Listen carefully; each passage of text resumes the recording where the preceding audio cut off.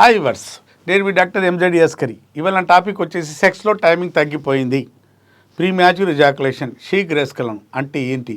మన పార్ట్నర్ సుఖపడే వరకు మనం సెక్స్ చేయలేకపోవడం, మన అంగంలో గట్టితనం లేకపోవడం, మన వీర్యం తొందరగా బయటికి రావటం, ఆమె సుఖపడట్లేదు అంటే మనం ఆమెకు కావాల్సినంత సుఖం కలిగే వరకు మనం సెక్స్లో మనకు సామర్థ్యం లేదు, ఆ టైమింగ్ లేదు. దానికి ఎందుకంటే మనం హస్తప్రయోగం చేసుకోవటం వల్ల బ్రెయిన్లో కెమికల్ తగ్గిపోయింది, సీరోటోనిన్.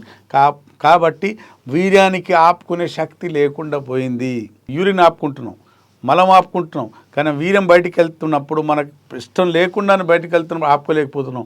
అంటే మన నరాలు బలహీనపడ్డాయి, మన కండరాలు బలహీనపడ్డాయి, కావాల్సిన హార్మోన్స్ తగ్గిపోయాయి. ఈ అన్నిటికీ ట్రీట్మెంట్ ఉంటుంది.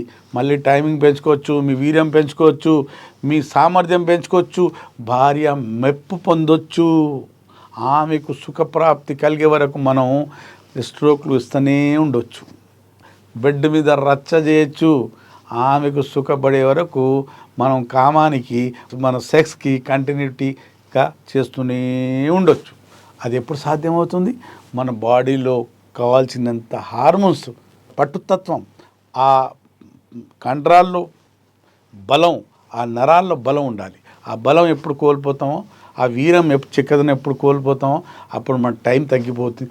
ఎప్పుడు మన అంగం ముందు భాగం సెన్సిటివిటీ బాగా సెన్సిటివిటీ పెరిగిపోయినప్పుడు ఆ టైమింగ్ కూడా పోయి ఆమెకు సుఖపెట్టలేకపోతాం. కాబట్టి ఈ అన్నిటి సమస్యలకు యునానిలో చక్కటి పరిష్కారం, సర్జరీ లేకుండా, ఏ పథ్యం లేకుండా. మీరు విన్నారు కండి, మీకు ప్రీ మ్యాచ్యూర్ ఎజాకులేషన్, శీఘ్రస్ఖలనం సమస్య ఉండి మీ భార్యకు సుఖపెట్టలేకపోతున్నారంటే మాకు సంప్రదించవచ్చు. ఈ సమస్యతో శాశ్వతంగా బయటపడవచ్చు.